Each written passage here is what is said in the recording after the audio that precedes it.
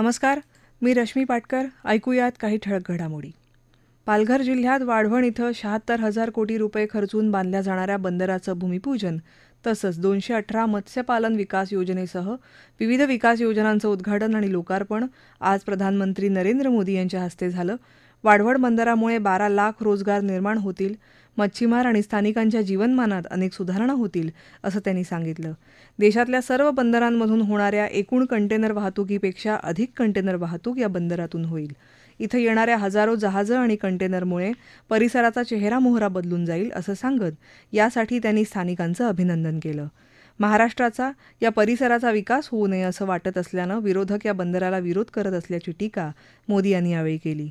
मालवणमध्ये राजकोट किल्ल्यावर छत्रपती शिवाजी महाराज यांचा पुतळा पडल्याबद्दल त्यांनी दिलगिरी व्यक्त केली. त्याआधी मुंबईत वित्त आणि तंत्रज्ञान विषयक ग्लोबल फिनटेक फेस्टला प्रधानमंत्र्यांनी संबोधित केलं. शहर आणि गावातली दरी दूर करून आर्थिक समावेशनासाठी वित्तविषयक तंत्रज्ञानानं मोलाची कामगिरी बजावली असल्याचं यावेळी त्यांनी सांगितलं. छत्रपती शिवाजी महाराज यांचा पुतळा पडल्याच्या प्रकरणी पोलिसांनी चेतन पाटील या एका आरोपीला अटक केली आहे.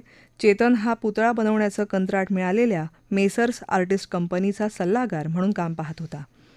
मोसमी पावसाचा मुक्काम यंदा लांबण्याची शक्यता हवामान विभागानं व्यक्त केली आहे. साधारणपणे सप्टेंबर महिन्याच्या दुसऱ्या आठवड्यापासून परतीचा मान्सून सुरू होतो, परंतु यंदा ला निनाच्या प्रभावामुळे तयार होणाऱ्या कमी दाबामुळे सप्टेंबर अखेर किंवा ऑक्टोबरपर्यंत मान्सून लांबण्याची शक्यता आहे.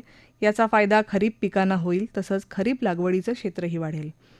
पॅरिस पॅरालिम्पिक स्पर्धेत नेमबाजीच्या 10 मीटर एअर रायफल स्टँडिंग प्रकारात आज भारताच्या अवनी लेखरानं नवा विक्रम नोंदवत सुवर्णपदकाची कमाई केली. तिनं 249.7 गुण मिळवत ही ऐतिहासिक कामगिरी नोंदवली.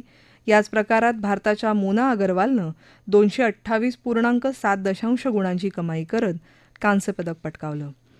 मुंबई शेअर बाजाराच्या सेन्सेक्समध्ये दिवसअखेर 231 अंकांची वाढ झाली आणि तो 82,366 अंकांवर बंद झाला.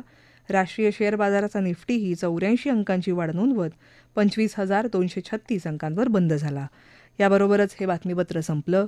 नमस्कार.